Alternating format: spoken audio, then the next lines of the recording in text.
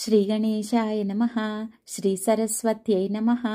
శ్రీపాదవల్లభ నరసింహ సరస్వతి. శ్రీ గురుదత్తాత్రేయాయ నమః. శ్రీ గణపతి సచ్చిదానంద సద్గురుభ్యో నమః. శ్రీ గణపతి సచ్చిదానంద 37వ అధ్యాయం కొనసాగుతోంది. అఖిల భారత సమ్మేళనం. ఆ సాయంత్రం అఖిల భారత జ్ఞానబోధ సభలు ప్రప్రథమ సమావేశం ఏర్పాటు చేశారు స్వామీజీ. అప్పటికి దాదాపు 60 ప్రదేశాల్లో జ్ఞానబోధ సభలు ఏర్పడి ఉన్నాయి.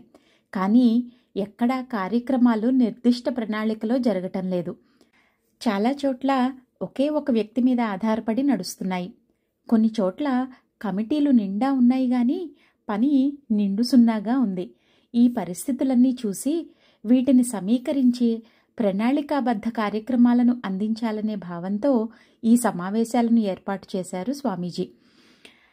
ఆశ్రమ స్వయం సేవకులు షామియానాలు వేసి ప్రత్యేక వేదిక ఏర్పరిచి కుర్చీలు వేసి ఆ సమావేశ స్థలాన్ని ఎంతో సుందరంగా తీర్చిదిద్దారు. సాయంత్రం అయ్యేసరికి హోటళ్లలో దిగి ఉన్న భక్తులందరూ ఆశ్రమానికి వచ్చారు. రాత్రి 7 గంటల ప్రాంతంలో సభ ప్రారంభమైంది. ఆ సభలో జ్ఞానబోధ సభ కార్యకర్తలు మాట్లాడినాక స్వామీజీ మార్గనిర్దేశక సూత్రాలు ఆజ్ఞాపించారు. వాటిలో కొన్ని ఇలా ఉన్నాయి. 1. ప్రతి జ్ఞానబోధ సభలోనూ ఆదివారాలు సంకీర్తన జరిగి తీరాలి. 2. జ్ఞానబోధ సభకు నిర్దిష్టమైన స్వంత స్థలం లేని చోట్ల ఒక్కొక్క వారం ఒక్కొక్క భక్తుడి ఇంట్లో ఏర్పాటు చేసుకోవచ్చు. 3. ఈ సంకీర్తనల చివరలో స్వామీజీ ప్రబోధనలను చర్చ రూపంలో గాని ప్రవచన రూపంలో గాని మననం చేసుకోవాలి. 4. ప్రతి సంవత్సరం స్వామీజీని కనీసం 2 సార్లు తమ స్థానానికి ఆహ్వానించుకోగల ఆర్థిక స్తోమతను నెలవారీ చందాల రూపంలో పోగు చేసుకోవాలి. 5. శక్తి ఉన్న ప్రతి భక్తుడు సంవత్సరానికి ఒకసారైనా ప్రధాన ఆశ్రమమైన మైసూరు ఆశ్రమానికి రావాలి. 6. ప్రతి ఇంట్లోనూ తమ ఇంట్లో వంటలకు ముందు రోజుకొక గుప్పెడు బియ్యం చొప్పున పోగువేసి ఉంచుకుని ఆ బియ్యం తమ జ్ఞానబోధ సభాస్థానంలో సమీకరించి దానిని పేదలకు యథాశక్తిగా వినియోగించాలి. ఇలాంటి సభలు లేని చోట ఆ బియ్యాన్ని ప్రధాన ఆశ్రమానికి పంపవచ్చు. ఇలా స్వామీజీ అన్ని జ్ఞానబోధ సభా నిర్వాహకులకు మార్గనిర్దేశనం చేశారు. ఆ తరువాత అందరూ చూస్తూ ఉండగానే ఒక అద్భుతమైన దివ్య శ్రీచక్రాన్ని సృష్టించారు స్వామీజీ. సభలో ఉన్న యోగిరాజును పిలిచి అతనికి అనుగ్రహించారు. భక్తులందరూ గోలగోలగా ఏదో మాట్లాడుకోసాగారు. ఇంతలో మైకులో స్వామీజీ కంఠం గంభీరంగా ధ్వనించింది. ఈ దివ్య శ్రీచక్రానికి యోగిరాజ్ సంరక్షకుడుగా మాత్రమే ఉంటాడు. ప్రతిరోజు సూక్ష్మరూపంలో వెళ్లి స్వామీజీయే స్వయంగా అర్చన చేసి వస్తారు. సందేహపడుతున్న వారంతా ఆశ్చర్యచకితులై నమస్కరించారు. సభ అయిపోయింది. స్వామీజీ వేదిక దిగబోతూ ఉండగా సభలో కూర్చున్న రాజారాం నాయుడు గారికి తమ కారులో ఉన్న ద్రాక్షపళ్ల బుట్ట సంగతి గుర్తు వచ్చింది. ఆయన హడావుడిగా తన అన్నగారు అబ్బాయిని పిలిచి కారు డిక్కీలో ఉన్న ద్రాక్షపళ్ల బుట్టను తెచ్చి స్వామీజీకి సమర్పించమని చెప్పాడు. ఆ కుర్రవాడు ఆశ్రమానికి కొత్త. అతను వెళ్లి బుట్ట తెచ్చేసరికి స్వామీజీ లోపలికి నడుస్తున్నారు. ఒకచోట ఒక క్షణం ఆగి ఎవరితోనో మాట్లాడుతూ ఉండగా ఈ కుర్రవాడు జనాన్ని తోసుకుంటూ వెళ్లి బుట్ట స్వామీజీ పాదాల దగ్గర పెట్టాడు. ఇతను పెడుతూ ఉండగానే స్వామీజీ ముందరికి వెళ్లిపోయారు. కనీసం స్వామీజీ దృష్టిలో అయినా పడలేదని బాధపడ్డాడు కుర్రవాడు. ఈలోగా జనం కమ్మేశారు. ఆశ్రమ పరిచారకులెవరో బుట్ట లోపలికి తీసుకువెళ్లిపోయారు. రాజారాం గారు వాళ్ళు హోటల్కు వచ్చేశారు. లోపలికి వెళ్లిన స్వామీజీ కొంతసేపటికి మళ్లీ బయటకు వచ్చి శ్రీనాథుని పిలిచి, ఇందాక ఒకళ్ళు ద్రాక్షపళ్ల బుట్ట సమర్పించారు, అదెక్కడుందో చూడు అన్నారు. అతను వెళ్లి వెతికి తెచ్చాడు. స్వామీజీ దాంట్లో ఉన్న గుత్తులన్నీ గుత్తి 3 రూపాయల చొప్పున భక్తులకు అమ్మమన్నారు. ఇదెక్కడి కొత్త విచిత్రమో ఎవరికీ తెలియలేదు. తెలిసినా తెలియకపోయినా స్వామీజీ చెప్పినాక ఆశ్రమీయులకు రెండో ఆలోచన ఉండదు. ఇంతలో అక్కడ ఉన్న విఆర్ గోపాలన్ గారిని పిలిచి, గోపాల్, ఈ ద్రాక్షపళ్ళు చాలా బావున్నాయి కదూ, ఇవి ఎవరిచ్చారో తెలుసా? రాజారాం నాయుడు అన్నారు స్వామీజీ. రాజారాం నాయుడు గారు ఏమీ సమర్పించినట్టు కనిపించలేదే, స్వామీజీ ఇలా అంటారేమిటి అనుకుని తరువాత రాజారాం గారు కనిపించినప్పుడు గోపాలన్ గారు ఆ మాటే అడిగాడు. ఈ ప్రశ్న విని రాజారాం గారు మరీ ఆశ్చర్యపోయాడు. ఆ పళ్ళు తెచ్చింది నేనే కాని ఇచ్చింది మా అన్నగారు అబ్బాయి. వాడు స్వామీజీకి తెలీదు. అసలు వాడు ఇస్తుండగా స్వామీజీ చూడలేదట. తెలిసినా చూసినా మా అన్నగారు అబ్బాయి ఇచ్చాడనుకోవాలి గాని నేనిచ్చానని స్వామీజీకెలా తెలుసు అని తల్లకిందులయ్యాడు రాజారాం గారు.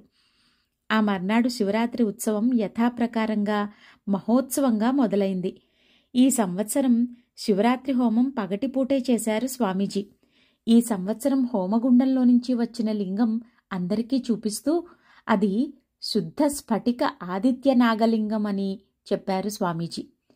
ఆ లింగాన్ని శ్రీనగర్ జ్ఞానబోధ సభ అధ్యక్షుడు వాంచూ గారికి అనుగ్రహించారు.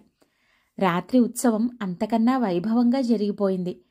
అదే మొదటిసారిగా ఉత్సవం చూస్తున్న కొత్త భక్తులంతా మరీ సమ్ముగ్ధులైపోతూ ఉండగా ఇదివరకటి నుంచే చూస్తూ ఉన్నవారు ఏ ఏటికి ఆ ఏడే మరింత విశేషంగా కనిపిస్తోందండి శివరాత్రి ఉత్సవం అంటున్నారు. ఉత్సవం పూర్తయ్యేసరికి తెల్లవారిపోయింది. ఉత్సవం పూర్తయ్యాక హోటల్కి వెళుతూ నిన్న రోజల్లా అరనిమిషం కూడా విశ్రాంతి లేదు స్వామీజీకి. కనుక ఇవాళ ఆయన పూర్తిగా విశ్రాంతి తీసుకుంటారు అనుకున్నాడు రాజారాం గారు. కానీ ఆయన స్నానం చేసి ప్రసాదం తీసుకుందామని ఆశ్రమానికి వచ్చేసరికి ఇంటర్వ్యూలు ఇస్తున్న స్వామీజీని చాంతాడంత క్యూను చూసి విస్తుపోయాడు. ఈయన కూడా క్యూలో నిలబడి ఇంటర్వ్యూకి వెళ్ళాడు. కానీ స్వామీజీ ఈయన్ను మర్నాడు కూడా ఉండమనటం వల్ల ఉండిపోయి మర్నాడు కలిశాడు. ఎందుకోగాని స్వామీజీ రాజారాం గారితో చాలాసేపు మాట్లాడారు. మాట్లాడి ఇవాళ నుంచి నువ్వు ఆశ్రమం మనిషివి, నువ్వు నా దగ్గరకు ఎప్పుడైనా రావచ్చు, నీ బంధుమిత్రుల్ని ఎవరినైనా తీసుకురావచ్చు అన్నారు. ఈ మాటకు అర్థమేమిటో సరిగా తెలియలేదు కానీ రాజారాం గారికి చాలా సంతోషమైంది. ఆ తరువాత రాజారాం గారు తన ఇంపాలా కారు స్వామీజీకి సమర్పిస్తానన్నాడు. సన్నగా నవ్వి స్వామీజీ ఇలా అన్నారు, చాలా సంతోషం రాజారాం, నేను పుచ్చుకున్నాను, అది నా కారే, కానీ నా ప్రసాదంగా అది నీ దగ్గరే ఉంచు. ఇప్పటికే నా దగ్గర ఒక విదేశీ కారు ఉంది, కానీ నాకది వాడటం అట్టే ఇష్టంగా ఉండదు. నిజానికి దానికి ఏదైనా మంచి బేరం దొరికితే బావుండునని చూస్తున్నాను. మన దగ్గర మానవ సంక్షేమానికి ఉద్దేశించిన అనేక రకాల ప్రణాళికలున్నాయి. ఈ డబ్బుతో ఏదో ఒకటైనా కార్యరూపంలో పెట్టవచ్చునని చూస్తున్నాను. ఏమైనా నీ కారు మంచిది, దానికి ప్రమాదాలు జరగవు, అది తనతో ప్రయాణం చేసే వాళ్ళని ఇబ్బంది పెట్టదు. ఈ సంభాషణతో ఇంటర్వ్యూ పూర్తయింది. తర్వాత మద్రాసు వెళుతూ ఉండగా దారంతా ఒకటే ఆలోచన రాజారాం గారి మనసును ఆక్రమించేసింది. ఏమిటి ఈ వ్యక్తిత్వం? అంతులేని మహత్తు ఉంది, కానీ క్షణం విశ్రాంతి లేదు. మద్రాసులోనూ అంతే, మైసూరులోనూ అంతే. ఉత్సవాలలో ప్రతి అంశం తనే చూసుకుంటున్నారు. అందరి సౌకర్యాలు తనే పర్యవేక్షిస్తున్నారు. అపూర్వమైన కార్యక్రమాలు ఏర్పాటు చేస్తున్నారు. ఎన్నో ప్రణాళికలు చేపడుతున్నారు. కానీ చేతిలో తగిన ఆర్థిక సంపత్తి లేదు. ఇలా ఆలోచనలు సాగిపోతూ ఉండగా మద్రాసు చేరాడు రాజారాం గారు. అయితే పూర్తిగా నెలైనా తిరగకుండానే మళ్లీ ఆశ్రమానికి ప్రయాణమయ్యాడు. ఈ మాటు ఆశ్రమంలో అన్నపూర్ణ మందిరంలో ఒక పసిపిల్లనెత్తుకున్న స్వామీజీ ఫోటో చూసి ఎందుకోగాని రాజారాం గారు అత్యధికంగా ఆకర్షితుడయ్యాడు. విచారించగా ఆ పిల్ల ప్రొఫెసర్ కృష్ణకుమార్ గారి కూతురు దీప అని, ఆ పిల్లకు నెత్తురు క్యాన్సర్ వచ్చి గతించిందని ఇత్యాది వివరాలు తెలిసినాయి. ఎందుకోగాని ఆ పిల్ల ఫోటో చూస్తే రాజారాం గారి హృదయం ద్రవించిపోతోంది. ఆ తర్వాత స్వామీజీతో మాట్లాడుతున్నప్పుడు, స్వామీజీ, మీరింత శక్తివంతులై ఉండి ఆ పిల్లను ఎందుకలా వదిలేశారు అని అడిగేశాడు రాజారాం గారు. ఆమె ఒక యోగిని, నాకు దూత, ఢిల్లీలో చెయ్యవలసిన దూత కృత్యం అయిపోయింది. ఇక ఆ జీవికి అక్కడ పని లేదు, నాకు వేరే చోట పని ఉంది, అందుచేత అలా జరిగింది అన్నారు స్వామీజీ. ఇంకేం మాట్లాడలేకపోయాడు రాజారాం గారు. ఏమైనా ఆ పిల్లను చూస్తూ ఉంటే కలిగే ఆర్ద్రతను ఆపుకోలేక ఆ ఫోటో కాపీ ఉంటే ఇమ్మని మేనేజర్ భట్టుగారిని అడిగాడు. లేదన్నాడాయన. సర్లెమ్మని ఆ విషయం వదిలేశాడు రాజారాం గారు. రాజారాం గారు వెళ్ళిపోయినాక ఆయన ఆ ఫోటో అడిగాడని స్వామీజీకి తెలిసింది. వెంటనే ఆ ఫోటోకి 2 కాపీలు తీయించారు స్వామీజీ. ఒకటి పిల్లనెత్తుకున్న స్వామీజీ ఫోటో, రెండోది కేవలం స్వామీజీని ఎన్లార్జ్ చేసింది. ఈ రెండూ రాజారాం గారికి పంపించారు. ఈ విషయంలో స్వామీజీ ఎందుకు ఇంత శ్రద్ధ తీసుకున్నారా అని కొంచెం ఆశ్చర్యపోతూ ఆనందంగా ఆ రెండిటినీ తన పూజామందిరంలో పెట్టుకున్నాడు రాజారాం గారు. ఆ తర్వాత ట్రస్ట్ పని ఉన్న భక్తులంతా జన్మదినోత్సవాలకు కొంచెం ముందుగానే చేరారు. వారిలో రాజారాం గారు, విఆర్ గోపాలన్ గారు, కృష్ణకుమార్ గారు కూడా ఉన్నారు. ఒక రోజున ఈ ముగ్గురిని పిలిచి ఏదో వ్యవహారం మాట్లాడుతున్నారు స్వామీజీ. మాటలు అటూ ఇటూ సాగి చివరికి దీప మీదకు వెళ్ళినాయి. దీపకు నాకు ఉన్న సంబంధమేమిటి స్వామీజీ అన్నాడు రాజారాం గారు. స్వామీజీ మాట తప్పిద్దామని చూశారు గాని రాజారాం గారు తప్పనీయలేదు. దీంతో ఇరుకున పడ్డారు స్వామీజీ. నేను నీ దగ్గరకొచ్చి చెబుతాలే అన్నారు. అంతకన్నా స్వామీజీని ఇబ్బంది పెట్టడం ఇష్టం లేక వదిలేశారు భక్తులు. కానీ ఆ రాత్రి రాజారాం గారికి 4 ఒకసారి మెలకువ వచ్చి మళ్లీ నిద్ర పట్టింది. ఆ నిద్రలో ఒక కల వచ్చింది. కలలో స్వామీజీ వచ్చి రాజారాం గారి భార్య చేతిలో నుంచి కొత్తగా పుట్టిన చంటిపిల్లను తీసుకుని తన పాదాల దగ్గర పెట్టుకుని ఇప్పుడు ఆ పిల్లను వేలితో రాజారాం గారికి చూపిస్తున్నారు. ఇంతే, మెలకువ వచ్చేసింది. చిత్రంగా ఉంది కల. అర్థం పర్థం లేకుండా ఉంది. దాన్ని అస్సలు పట్టించుకోని రాజారాం గారు మర్నాడు పొద్దున్నే స్వామీజీ దర్శనానికి వెళ్ళంగానే నీ ప్రశ్నకు రాత్రి సమాధానం వచ్చిందా అని నవ్వుతూ స్వామీజీ అడిగేసరికి తికమకలో పడ్డాడు. అర్థం పర్థం లేదనుకున్న కలలో ఉన్న గంభీర అర్థం అర్థమైంది. దీప తమ కడసారి బిడ్డ ధనభాగ్యలక్ష్మిగా పుట్టిందన్నమాట. ఎంత చిత్రం! ఈ విషయం అర్థమైన దగ్గర నుంచి రాజారాం గారి మనసు ఏదో చెప్పరాని ఆందోళనలో పడ్డది. మనకు పూర్వజన్మ జ్ఞానం లేకుండా భగవంతుడు మాయ కమ్మేసింది అచ్చమైన కరుణతోనే. పూర్వజన్మ జ్ఞానం ఉంటే అది ఎంత ఇబ్బందిగా ఉంటుందో గ్రహించటం మనకు చేతకాకపోవచ్చు కానీ అది నిజంగా వస్తే భరించటం సామాన్య మానవులకు దుర్భరం. ఈ విషయం నచ్చచెప్పటానికే స్వామీజీ హాస్యంగా ఒక ప్రశ్న వేస్తూ ఉంటారు. నీ ఇంటి వాకిట్లోని మురుగు కాలువలో ఉన్న పంది కిందటి జన్మలో నీ భార్య అని, ఫలానా గాడిద నీ తండ్రి అని, ఫలానా పురుగు నీ కొడుకని నీకు నమ్మకంగా తెలిస్తే నువ్వు భరించగలవా అని. అది నిజంగా దుర్భరం. ఇప్పుడు రాజారాం గారు ఆ దుర్భర యాతనలో ఒక లేశం అనుభవిస్తున్నాడు. అందుకే ఆ రాత్రి ఆయనను పిలిచి ప్రత్యేకంగా మాట్లాడి విషయం వివరించారు స్వామీజీ. చూడు రాజారాం, ఆమె నా దూత. ఢిల్లీలో పుట్టి ఉత్తరదేశ భక్తులను నా దగ్గరకు తెచ్చింది. ఆ తరువాత ఆమెను నీ దగ్గరకు పంపమని మా అమ్మ ఆజ్ఞ అయింది. ఆ జీవి నీ దగ్గరకు వచ్చింది. నీవు నా దగ్గరకు వచ్చావు. అది ఇందులో ఉన్న రహస్యం. ఇది ఎవ్వరికీ చెప్పరాదు నువ్వు అన్నారు స్వామీజీ. కానీ స్వామీజీ, ఆ తండ్రి కృష్ణకుమార్ గారు ఎంతో ఆదుర్దాపడుతున్నాడు. ఆయనకు కూడా ఈ విషయం చెప్తే సంతోషిస్తాడు అన్నాడు రాజారాం గారు. అలా అయితే ఇంకెవ్వరికీ చెప్పనని వాగ్దానం తీసుకుని ఆయనకొక్కడికే ఈ రహస్యం చెప్పు అన్నారు స్వామీజీ. నిజంగానే రాజారాం గారు అంత రహస్యంగానూ చెప్పాడు. కానీ ఆ మర్నాటి నుంచే అనేక మంది మిత్రులు దగ్గరకు వచ్చి వాళ్ల దీప మీ అమ్మాయిగా పుట్టిందటగా, నిజమేనా అని రాజారాం గారిని, కృష్ణకుమార్ గారిని కూడా గుసగుసగా అడగసాగారు. ఈయన రహస్యభంగం చేశాడని ఆయన రహస్యభంగం చేశాడని ఈయన అపోహపడి గల్లంతు పడుతూ ఉండగా స్వామీజీయే ఎవరికి వారికి అత్యంత రహస్యంగా దీన్ని అంటిస్తున్నారని తెలిసింది. రాజారాం గారు నివ్వెరపోయాడు. రాజారాం గారికి ఇంకా కొత్త. స్వామీజీ ఎప్పుడేం చేస్తారో ఊహించటం సాధ్యం కాదు. కొందరిది గ్రహించక ఒక్కోసారి జుట్లు పట్టుకోబోతూ ఉంటారు. ఉత్తములైన ఈ తండ్రులిద్దరూ మాత్రం ఈ కిటుకు ముందే గ్రహించి స్వామీజీ భావం గ్రహించగల శక్తి మనకు లేదు, మనం నోరు మూసుకుని ఊరుకుందాం అనుకుని ఊరుకున్నారు.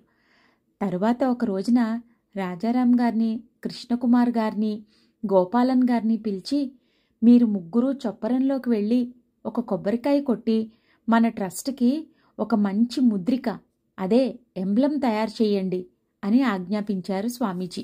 ఆ ముగ్గురు అలానే చేసి తమకు తోచినట్టుగా ఒక బొమ్మ గీసి స్వామీజీకి చూపించారు. దానిమీద కొద్దిపాటి మార్పులు చేర్పులు చేశారు స్వామీజీ.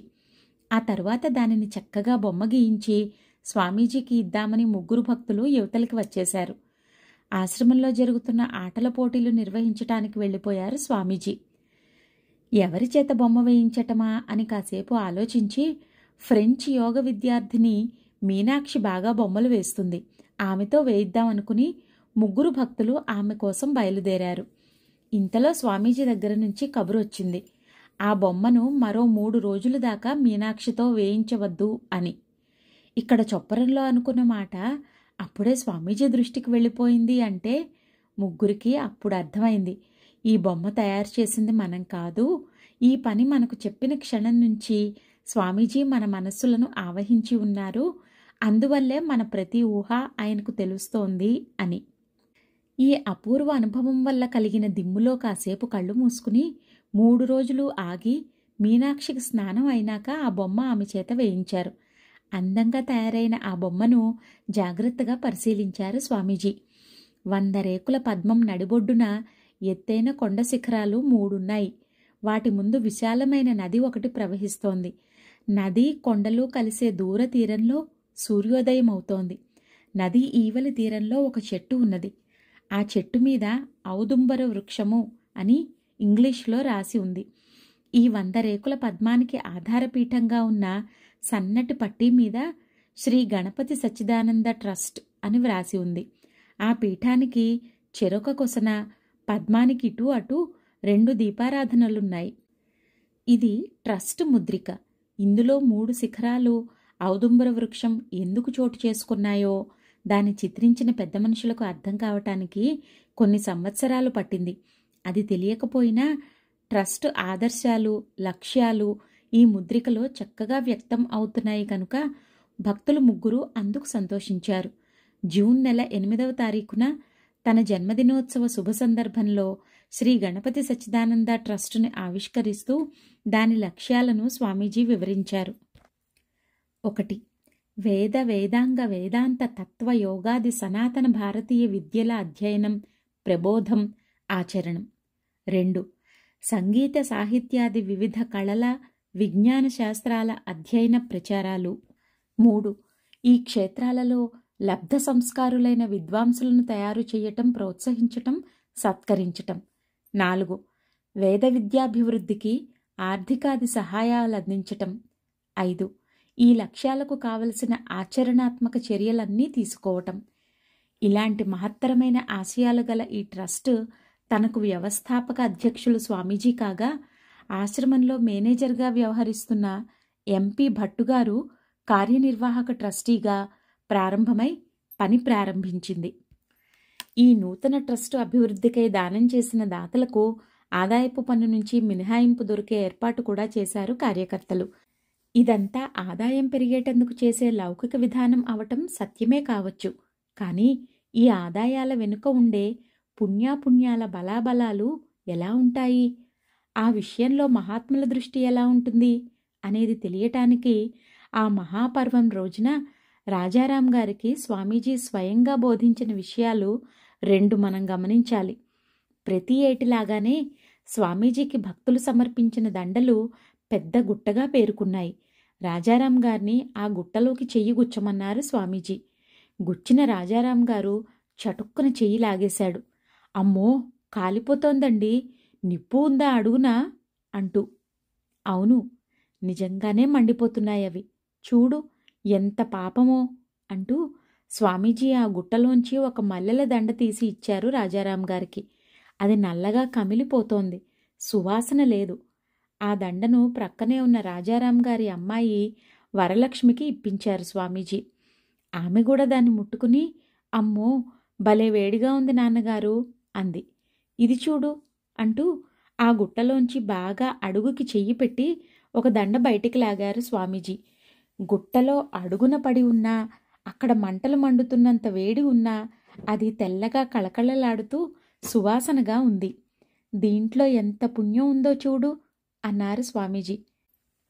నిజమే, ఒకే గుట్టలో అడుగున లోతుగా పడి ఉన్న దండల్లో ఒకటి సెగలు కక్కుతోంది, ఒకటి సౌరభాలు విరిజిమ్ముతోంది. ఇన్ని దండలు ధరించే స్వామీజీ ఇన్ని పాపపు మంటలు భరించాలన్నమాట. పుణ్యపాపాల వివేచన శక్తి నీకు అనుగ్రహించాను అన్నారు నవ్వుతూ స్వామీజీ. అసలే ఆశ్చర్యపోతున్న రాజారాం గారు మరింత ఆశ్చర్యపోయాడు. ఓహ్, స్వామీజీ పనులలో ప్రతిదానికి అనేక అర్థాలు. అలా మాట్లాడుతూ ఉండగానే స్వామీజీ తన ఎడమ చేయి చూపించారు. ఆ చేతి వేళ్ల దగ్గర కాలి బొబ్బలెక్కి ఉంది. చూడు ఎలా కాలిందో అన్నారు స్వామీజీ. ఏం జరిగిందో స్వామీజీయే చెప్పారు. ఈరోజు పీఠారోహణం అయిన తరువాత లోపల విశ్రాంతి తీసుకుని ఏదో పని మీద బయటకు వచ్చిన సందర్భంలో ఈ పూలదండల దగ్గర ఒక 100 రూపాయల నోటు కనిపించింది. కుర్రవాళ్లు కానుకల డబ్బు పోగు చేయటంలో పొరపాటు చేశారులే అనుకుంటూ ఆ నోటు చేత పుచ్చుకుని లోపలికి బయలుదేరారు స్వామీజీ. అలా దాన్ని చేతిలో పెట్టుకుని కుటీరంలో అడుగు పెట్టబోతూ ఉండగా ఉన్నట్టుండి దానంతట అదే ఆ నోటు కాలిపోయింది. ఆ కాలటంలో చేతికి బొబ్బలెక్కిపోయింది. చూశావా, ఆ నోటిచ్చిన వాడి దగ్గర ఎంత పాపం ఉందో.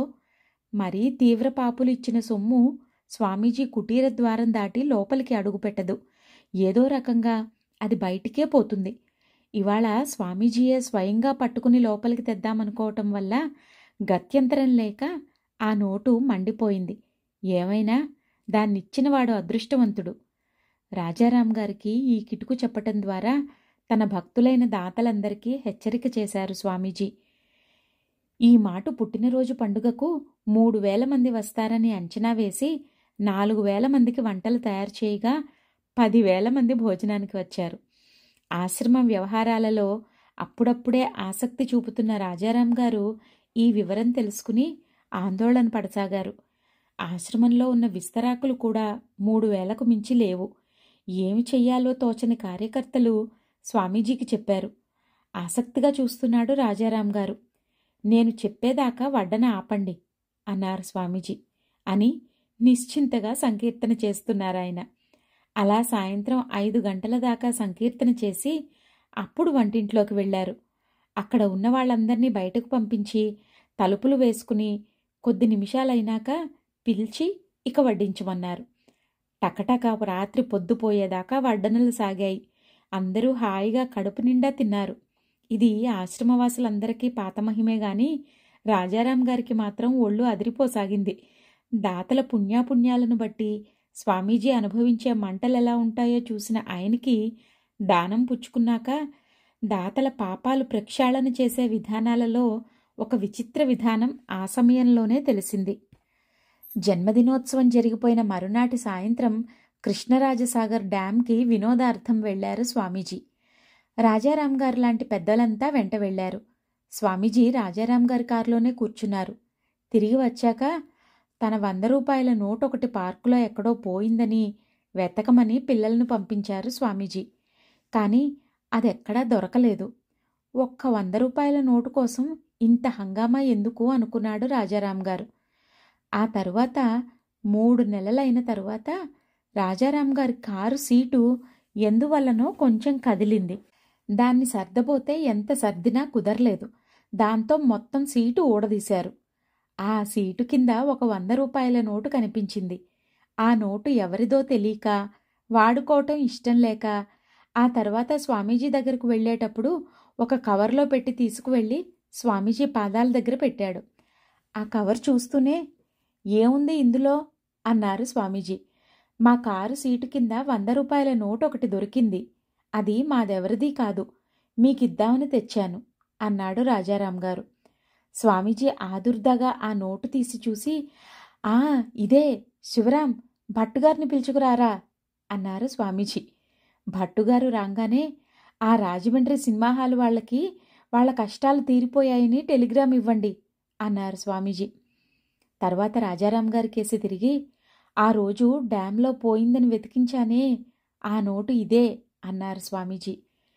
ఆ నోటుకి దాత కష్టాలకు అలా లంకె ఉందన్నమాట అని ఆశ్చర్యపోయాడాయన. వచ్చినప్పుడల్లా ఒక్కొక్క కోణంలో మహత్తులు చూస్తున్న రాజారాం గారికి ఈ మధ్యలోనే ఇంటి దగ్గర ఒక అనుభవం అయింది. అన్నపూర్ణ మందిరంలో దీపనెత్తుకున్న స్వామీజీ ఫోటో కాపీలకు రోజూ తన పూజామందిరంలో పూజ చేస్తున్నాడు రాజారాం గారు. ఆయన హారతి ఇచ్చే సమయానికి ఆ ఫోటోలోని స్వామీజీ కళ్లల్లో కుడికన్ను రెప్పలార్పుతూ ఉండడం చూశాడాయన. ఇది రోజూ గమనిస్తూనే ఉన్నాడు. సరిగా హారతి ఇస్తేనే అలా జరుగుతోంది. అందువల్ల ఆయన ఈ గుణం మైసూరు ఆశ్రమంలో ఉన్న అసలు ఫోటోలో ఉండి ఉంటుందని ఒకసారి వెళ్ళినప్పుడు దానికి హారతి ఇచ్చి మరీ పరీక్షించి చూశాడు. అయినా మైసూరు పటంలోని కళ్ళల్లో చలనం లేదు. ఇక్కడ ఈ ఫోటోలో కళ్ళార్పడం రాజారాం గారికి ఒక్కడికే కాక అనేక మందికి కనిపించసాగింది.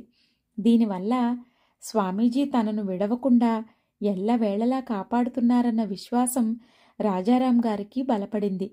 ఇలా గత 6-7 నెలలుగా స్వామీజీని నిశితంగా పరిశీలిస్తూ ఆశ్రమ కార్యక్రమాలన్నీ జాగ్రత్తగా గమనిస్తూ ఆశ్రమ భక్తులందరితో కలిసిమెలిసి తిరుగుతూ ఉన్న కొద్దీ రాజారాం గారికి రాను రాను ఆశ్రమంలోని విదేశీ భక్తులతో స్నేహం పెరిగింది.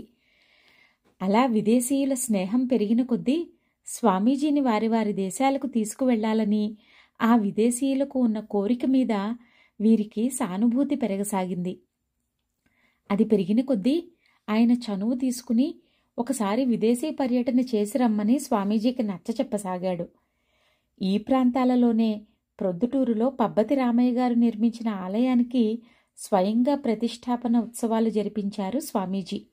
దీనివల్ల ఆ ఊళ్ళో స్వామీజీ భక్తుల సంఖ్య గణనీయంగా పెరగసాగింది. ఒక పక్క ఈ ప్రయత్నాలు ఇలా ఉండగా స్వామీజీ ఢిల్లీ పర్యటనకు వెళ్లారు. అక్కడ కార్యక్రమాలలో ఉండగా ఉన్నట్టుండి స్వామీజీ మనసుకి ఏమి తోచిందో గాని వెంటనే కార్యక్రమాలన్నీ కుదించేసుకుని విజయవాడ వచ్చేశారు.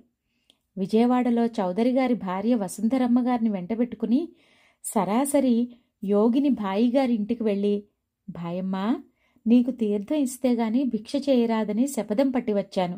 ముందు ఈ తీర్థం తీసుకో అని ఆమెకు తీర్థం ఇచ్చారు. అప్పటికే రోగం తీవ్రించి పక్షవాతం కూడా తోడై మంచంలో కూడా కదలలేని స్థితిలో ఉంది భాయమ్మగారు. కానీ ఆమె మనస్సు పూర్తిగా స్వాధీనంలో ఉంది. యోగం అద్వితీయంగా సాగుతోంది. శరీరానికి మనస్సుకు లంకెలేని స్థితిని ఆమె అప్పటికే అందుకున్నది. ఈ తీర్థంతో ఆమెకు ఏవేవో నూతన తేజోమయ లోకాలు దర్శనమిస్తున్నాయి. ఆ మర్నాడే మైసూరు వెళ్ళిపోయారు స్వామీజీ. 1 నెల 15 రోజులు యోగానంద మహాసామ్రాజ్యం ఏలుకుంటూనే ప్రారబ్ధక్షయం చేసుకుంటూ కాలం గడిపింది భాయమ్మగారు. ఆ తర్వాత ఒక క్షణాన పుణ్య పాప ప్రారబ్ధాలు రెండూ నశించిపోగా జీవికి జీవత్వం పోయి శివత్వం శాశ్వతమై నిలిచింది. ఇంతవరకు ప్రారబ్ధ భోగానికి సాధనమై నిలిచిన శవం పుల్లిస్తరాకై ఎగిరిపోయింది. ఈ విషయం స్వామీజీకి ఫోనులో మనవి చేశారు డాక్టర్ కృష్ణమూర్తి గారు. ఆ శవానికి సంస్కారం చెయ్యండి చాలు. ఆ జీవికి ఉత్తర సంస్కారాలేవీ అక్కరలేదు. ఆ జీవి జ్ఞానాగ్నిదగ్ధుడు అన్నారు స్వామీజీ. 37వ అధ్యాయం సమాప్తం. జయ గురుదత్త.